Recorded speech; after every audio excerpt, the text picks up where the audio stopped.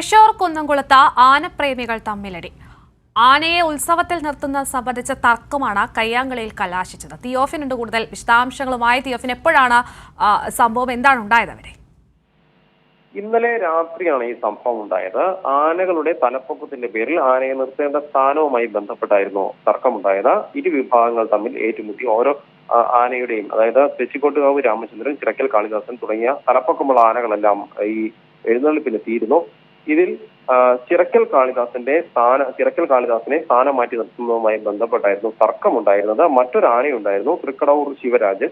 ഈ തൃക്കടവൂർ ശിവരാജുവിന്റെ ഒരു വിഭാഗം ആനപ്രേമികൾ തൃക്കടവൂർ ശിവരാജു എന്ന ആനയ്ക്കാണ് തലപ്പൊക്കം എന്ന് പറഞ്ഞു.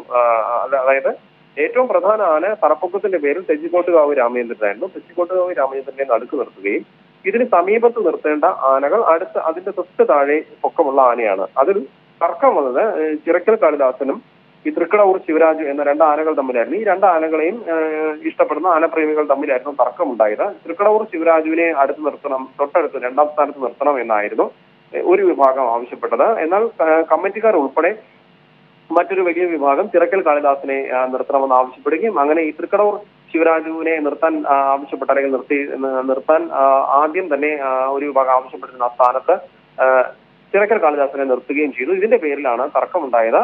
തുടർന്ന് ഇത് വാക്കുതർക്കവും അതിനൊടുവിൽ കയ്യാങ്കളിയും ആവുകയായിരുന്നു. അങ്ങനെ ആനപ്രേമികൾ തമ്മിൽ അതായത് ഇന്നലെ വൈകിട്ട് നടന്ന കൂട്ടിയെഴുന്നേൽപ്പിനിടെയായിരുന്നു ഈ സംഭവം ഉണ്ടായത്.